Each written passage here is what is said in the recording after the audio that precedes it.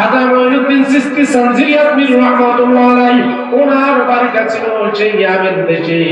ইয়ামেন থেকে তিনি মদিনায় আসলেন আল্লাহ রাসূলের দরবারে হজ করার জন্য। বলেন না সুবহানাল্লাহ।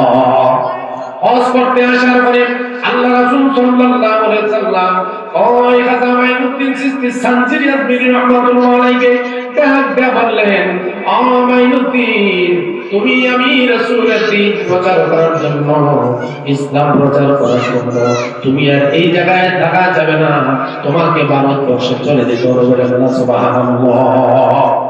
তোমাকে ভারতবর্ষে চলে যেতে হবে। স্বপ্নে যুগে এই কথা দেখাই কথা বলতেছেন রাসূল সাল্লাল্লাহু আলাইহি ওয়াসাল্লাম এবং আল্লাহর ওলি খাজা মঈনুদ্দিন চিশতি সানজিরি আজমির রাহমাতুল্লাহ আলাইহি স্বপ্নে যুগে দুইজনের সাথে কথা বলা হইতেছে। যেহেতু ওনার বংশধর খাজা মঈনুদ্দিন চিশতি সানজিরি, এই জন্য উনি বলতেছেন, হুজুর আমি সেই ভারতবর্ষে কোথায় যাব, কোন জায়গায় গিয়ে ইসলামের দাওয়াত দিব, কালিমার দাওয়াত দিব, আমি তো জায়গা চিনি না। আল্লাহ রাসূল সাল্লাল্লাহু আলাইহি ওয়াসাল্লাম এক টুকরা মাটি দিয়ে দিলেন। ও খাজা মঈনুদ্দিন শোনো শোনো, এই এক টুকরা মাটি আর ভারতবর্ষের যে জায়গার সাথে মাটির সাথে মিশে যাবে, ওই জায়গায় তুমি তোমার স্থান তৈরি করে ওই জায়গায় দ্বীনের দাওয়াত এবং ইসলামের দাওয়াত, তরিকত তাসাউফের দাওয়াত দিতে থাকবে। বলেন না সুবহানাল্লাহ। ওই রাসূল সাল্লাল্লাহু আলাইহি ওয়াসাল্লামের নির্দেশ নিয়ে বাড়িঘর ত্যাগ করিয়া স্ত্রী সন্তান সব কিছু বাদ দিয়া সেই মক্কা মদিনা থেকে হাঁটা আরম্ভ করলেন। তখন জাহাজ ছিল না, এরোপ্লেন ছিল না, কোনো কিছু ছিল না। হাঁটতে হাঁটতে হাঁটতে হাঁটতে আল্লাহর ওলি খাজা মঈনুদ্দিন চিশতি সানজিরি আজমির রাহমাতুল্লাহ আলাইহি চলে আসলেন ভারতের সেই আজ দিল্লির আজমির শরীফে। সুবহানাল্লাহ। তদানীন্তনকার সময়ে রাষ্ট্রপ্রধান ছিলেন সেই খাজা মঈনুদ্দিন চিশতি সানজিরি আজমির রাহমাতুল্লাহ আলাইহি। যখন ভারতবর্ষে আসলেন, ওই ভারতবর্ষে আসার পরে উনি একটা গাছের তলায় বসে বসে কোরআন তেলাওয়াত করা আরম্ভ করলেন। এখন পর্যন্ত নিজের বাসস্থান তৈরি করেন নাই, এখন পর্যন্ত নিজের বাসস্থান তৈরি করেন নাই। আল্লাহর ওলিদের কত পাওয়ার, আল্লাহর ওলিদেরকে আল্লাহ তাআলা কত স্পেশাল পাওয়ার দিয়েছেন। আউলিয়ায়ে কেরামতুল্লাহি হাক্কুন, সুবহানাল্লাহ বলেন। আল্লাহর ওলিদের কারামত হচ্ছে সত্য। আল্লাহর ওলিরা নবীরা দেখাইছেন মুজিজা আল্লাহর পক্ষ থেকে, আর আউলিয়ায়ে কেরাম দেখিয়েছেন কেরামত। করেন না সুবহানাল্লাহ। শুধু খাজা মঈনুদ্দিন চিশতি সানজিরি আজমির রাহমাতুল্লাহ আলাইহি কেরামত দেখিয়ে লক্ষ লক্ষ হিন্দু খ্রিস্টানদেরকে ইমানদার মুসলমান বানিয়ে দিয়েছেন। ওনার উস্তাদ ছিল খাজা ওসমান হারুনি। ওনার উস্তাদ ছিল খাজা ওসমান হারুনি। খাজা মঈনুদ্দিন চিশতি সানজিরি আজমির রাহমাতুল্লাহ আলাইহি আধ্যাত্মিক উস্তাদ ছিল খাজা ওসমান হারুনি।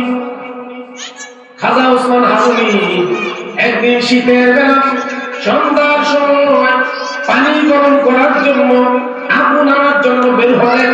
যারা দেখলেন একজন মাজুসি, তারা আগুনের পূজা করতেছে। আগুনের কিসের পূজা করে? আগুনের পূজা। যারা ডাক বলল, খাজা ওসমান হারুনি আমাকে একটু আগুন দাও। মাজুসিরা তারা ডাক বলল, না না, আগুন দেওয়া যাবে না, যেহেতু আমরা তার পূজা করি। তখন খাজা ওসমান হারুনি ডাক দিয়া কয়, তোমরা তো সৃষ্টির পূজা করো, সৃষ্টির পূজা না করে স্রষ্টার পূজা করো। বলেন না সুবহানাল্লাহ। এক আল্লাহর পূজা করো, যে আল্লাহ আগুন তৈরি করেছেন সেই আগুনের পূজা না করে আগুনকে যিনি সৃষ্টি করেছেন তার পূজা করো। সুবহানাল্লাহ বলেন। আগুন সৃষ্টি করেছেন কে? আল্লাহ। আগুন সৃষ্টি করেছেন আল্লাহ। খাজা ওসমান হারুনি ডাক দিয়ে বললেন, না না, তোমরা যে আগুনের পূজা করতেছো তোমরা মাজুসি। ও মাজুসি, তোমরা কি চাও যে আগুনের পূজা তোমরা করতেছো, আগুন কি তোমাদেরকে ছেড়ে দেবে নাকি? মাজুসিরা ডাক দিয়া কয়, আগুন কি কাউকে ছেড়ে দেয়? ওসমান হারুনি ডাক দিয়া কয়, আমি আল্লাহর বান্দা, তোমরা যার পূজা করো আমি ওই যার পূজা করো, যাকে সৃষ্টি করেছে তিনি মালিক, আমি সেই মালিকের পূজা করি। তোমরা পূজা করে যদি আগুন থেকে বাঁচতে না পারো, আমি খাজা ওসমান হারুনি তোমাদের সাথে কথা দিলাম, আমি আশা করবো অবশ্যই আগুন আমাকে একটা পশম করতে পারবেন না। বলেন না সুবহানাল্লাহ। তখন মাজুসি হিন্দুরা হাসাহাসি অট্টহাসি দেওয়া আরম্ভ করলো। আর কি কয়, পাগল নাকি? আগুন কি মানুষকে পুড়ে না দিয়ে তাকে ছেড়ে দেবে নাকি? এটা আবার কোন কথা হতে পারে?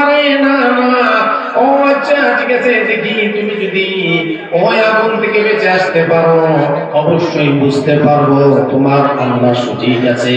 তাহলে দেখি তো তুমি আগুনের ভিতর থেকে কিভাবে আবার জ্যান্ত বের হয়ে আসতে পারো।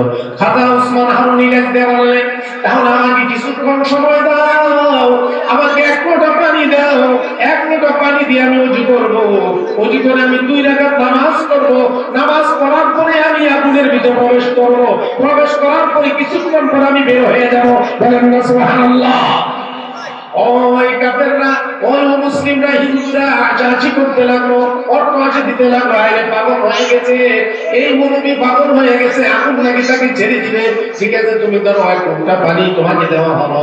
1 লোটা পানি নেওয়ার পরে তিনি ওযু করলেন, ওযু করার পরে 2 রাকাত নামাজ পড়ে আল্লাহর দরবারে সংক্ষিপ্তভাবে একটি মুনাজাত দিলেন, ডাক দিয়ে বললেন, আল্লাহ মিল্লাত আবিকুম ইব্রাহিম হুয়া সাম্মাকুমুল মুসলিমিন। আমরা যেহেতু সেই মিল্লাত আবিকুম ইব্রাহিম, জাতির পিতা ইব্রাহিম আলাইহিস সালামের সন্তান, মুসলমান জাতির পিতা মিল্লাত আবিকুম ইব্রাহিম, মুসলমান জাতির পিতা ইব্রাহিম আলাইহিস সালামের সন্তান আমি খাজা ওসমান হারুনি। আমার পিতা যেহেতু আগুন থেকে বের হয়েছেন 40 বছর পর্যন্ত, 40 দিন পর্যন্ত নমরুদের আগুনের ভিতরে রাখছেন।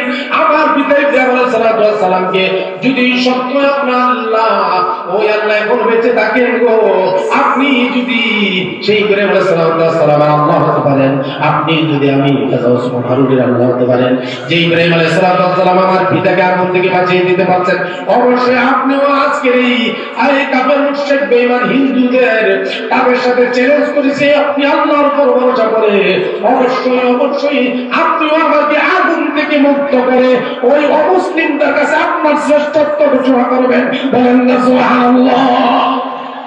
এই কথা বলার সাথে সাথে মুনাজাত দিয়ে সরাসরি তাসবিহটা নিয়ে হাজার হাজার চতুর্দিক দিয়া হিন্দু খ্রিস্টান কাফের ইহুদি বৌদ্ধ নাসারা তারা হাসাহাসি করতেছে, বলল হায়রে এই লোক নাকি আগুনের ভিতরে ঝাঁপ দিবে, আগুনের ভিতরে ঝাঁপ দেওয়ার পরে আবার সুস্থ হয়ে ফিরে আসবে। এই কথা শুনিয়ে এলাকার যত কাফের মুশরিক বেঈমান ইহুদি নাসারা, হিন্দু বৌদ্ধ খ্রিস্টান ছিল, হাজার হাজার মুসলিমরা আগুনের কুণ্ডলীর চতুর্দিক দিয়ে দাঁড়িয়ে গেল। তারা রং তামাশা দেখা আরম্ভ করলো।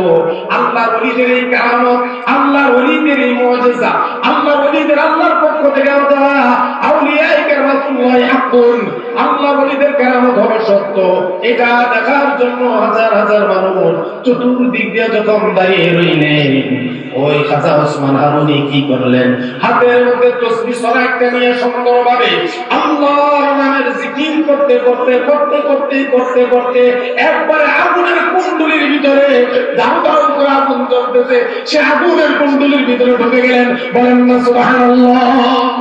কাফের মুশরিক বেঈমান তারা তাকিয়ে থাকলো, দেখতে লাগলো ভাইরে একজন জ্যান্ত মানুষ, একজন বুজুর্গ দেখা যায়, যেই আল্লাহকে তারা মানে ওই আল্লাহর উপর ভরসা করে আগুনের ভিতরে ঢুকে গিয়েছে। আল্লাহর জিকির করতে করতে আমার নবীর রাসূল নবীর উপরে দুরূদ পড়তে পড়তে যখন আগুনের কুণ্ডলীর ভিতরে ঢুকে যায়, কুণ্ডলীর ভিতরে ঢুকে গিয়া খাজা ওসমান হারুনি আল্লাহর জিকির করতেছেন, লা ইলাহা ইল্লাল্লাহ, লা ইলাহা ইল্লাল্লাহ, লা ইলাহা ইল্লাল্লাহ মুহাম্মাদুর রাসূলুল্লাহ সাল্লাল্লাহু আলাইহি ওয়াসাল্লাম। কাফের মুশরিক বেঈমানরা দেখলো ও এই যে একজন আল্লাহর বান্দা, একজন বুজুর্গ আলেম, এই আল্লাহর ওলি আগুনের ভিতরে প্রবেশ করলেন। আগুনের ভিতরে প্রবেশ করার পর ওনার তো কোনো দুর্গন্ধ পচায়, ওই যে আগুনের পুরো কোনো গন্ধ বের হইতেছে না। কারণটা কি? কিছুক্ষণ পরে দেখা গেল সুস্থ অবস্থায় উনি কাফেরদের সামনে, হিন্দুদের সামনে, মাজুসীদের সামনে উনি তাসবিহ সরানি আবার লা ইলাহা ইল্লাল্লাহ মুহাম্মাদুর রাসূলুল্লাহ সাল্লাল্লাহু আলাইহি ওয়াসাল্লাম আল্লাহু আকবার বলিয়া আগুনের ভিতর থেকে বের হয়ে গেলেন জ্যান্ত একজন পূত পবিত্র সুস্থ মানুষ। বলেন না সুবহানাল্লাহ। এই অবস্থা যখন কাফের মুশরিক বেঈমানরা, ইহুদি নাসারা, হিন্দু খ্রিস্টান বৌদ্ধ, ওই মাজুসী যারা আগুনের পূজা করত, তারা এই আশ্চর্য অবস্থায় দেখিয়া সাথে সাথে হাজার হাজার অমুসলিম ওই দিন খাজা উসমান হারুনের হাতে হাত দিয়া কালিমা পড়ে মুসলমান হয়ে যায়। বলেন না সুবহানাল্লাহ। লা ইলাহা ইল্লাল্লাহ, লা ইলাহা আল্লাহ, লা ইলাহা ইল্লাল্লাহ, লা ইলাহা ইল্লাল্লাহ, লা ইলাহা ইল্লাল্লাহ, লা ইলাহা, লা ইলাহা ইল্লাল্লাহ মুহাম্মাদুর রাসূলুল্লাহ সাল্লাল্লাহু আলাইহি ওয়াসাল্লাম। এটা ছিল ওলি আল্লাহদের কারামত। ওলি আল্লাহরা আল্লাহর পক্ষ থেকে এমন একটি পাওয়ার তারা নিয়ে নিয়েছেন, আল্লাহর পক্ষ থেকে এমন একটি পাওয়ার তারা অর্জন করেছেন। কিভাবে অর্জন করেছেন জানেননি? আল্লাহর পরিবার এনেছেন, রাসূলের পরিবার এনে রাসূলকে 100% ভালোবেসেছেন, রাসূলের উপরে দুরূদ পড়ে রাসূলের ভালোবাসা অন্তরের মধ্যে তৈরি করিয়া শরীয়তের উপর প্রতিষ্ঠিত থেকে সর্বপর্যায়ে সযতর করার আমল আছে। তারা ফরজগুলো আদায় করার পরে সুন্নতগুলো আদায় করেছেন, সুন্নতগুলো আদায় করার পরে ওয়াজিব আদায় করেছেন, নফল আদায় করেছেন। সর্বব্যাপারে তারা সকাল সন্ধ্যা আল্লাহর জিকির রাসূলের দুরূদ পাঠ করেছেন। বলেন না সুবহানাল্লাহ। শুধু তাই নয়, দুনিয়ার মানুষের শহরে তুমি একজন সাধারণ মানুষ আল্লাহর ওলি হয়ে যেতে পারবা। তুমি ইমানের করে আল্লাহর একাত্মবাদ বিশ্বাস স্থাপন করে আমার নবী মুহাম্মদুর রাসূলুল্লাহ সাল্লাল্লাহু আলাইহি সাল্লামকে রাসালাত হিসেবে মেনে নিলে, রাসূল হিসেবে মেনে নিয়ে আমার রাসূলের দ্বীন ইসলামের উপর প্রতিষ্ঠিত হয়ে তুমি যদি সঠিকভাবে আল্লাহর পথ জিয়াদ করো, রাসূল সাল্লাল্লাহু আলাইহি সাল্লামের সুন্নাহগুলো সঠিকভাবে আদায় করতে পারো, আল্লাহ রাসূল বলেন আল্লাহর ফরজ আদায় করার পাশাপাশি আমি রাসূলের সুন্নাহগুলো যখন তোমরা আদায় করবা, নফল আদায় করবা, আর কন্টিনিউ যদি তোমরা তাহাজ্জুদের নামাজ আদায় করতে পারো, রাত্র 1টা 2টা 3টা করে উঠিয়া আরামের ঘুমকে হারাম করে দিয়া তোমরা যদি তাহাজ্জুদের নামাজ আদায় করতে পারো, তাহাজ্জুদের নামাজ পড়িয়া তোমরা যদি আল্লাহর জিকির করতে পারো, রাসূলের উপর দুরূদ পাঠ করতে পারো, কোরআনে পাকের কালামে পাকের তেলাওয়াত করতে পারো, লা ইলাহা ইল্লাল্লাহ মুহাম্মাদুর রাসূলুল্লাহ জিকির করতে পারো, এমন করে করে জিকির করে করে তোমার তরিকত তাসাউফের নিয়ম অনুযায়ী আল্লাহর ওলিদের দেওয়া সবক যদি তুমি আদায় করে দোয়া করে আল্লাহর দরবারে দুনিয়া মুনাজাত করিয়া মুনাজাতের মধ্যে চোখের পানি বাড়িয়া আল্লাহর দরবারে যদি তুমি চাইতে পারো বান্দা, মুহূর্তের মধ্যে আল্লাহ তাআলা তোমাকে ওলি বানিয়ে দিতে পারে। বলেন না সুবহানাল্লাহ। এই জন্য বাবারা, বন্ধুরা, ভাইয়েরা আমার, যারা আল্লাহর ওলি হয়েছেন ইবাদত ছাড়া ওলি হওয়া যায় না। যারা ওলি হয়েছেন ফরজ আদায় করে বিদত হওয়া যায় না, নবীর সুন্নাহ আদায় করা ছাড়া ওলি হওয়া যায় না। আর যদি তুমি আল্লাহর দরবারে কবুলিয়াতের ওলিত্ব দরবার যদি আল্লাহর দরবারে কবুলিয়াত হতে চাও, তাহলে কন্টিনিউ তোমাকে তাহাজ্জুদের নামাজ আদায় করতে হবে। তাহাজ্জুদের নামাজ এমন একটি গুপ্তধনের নামাজ।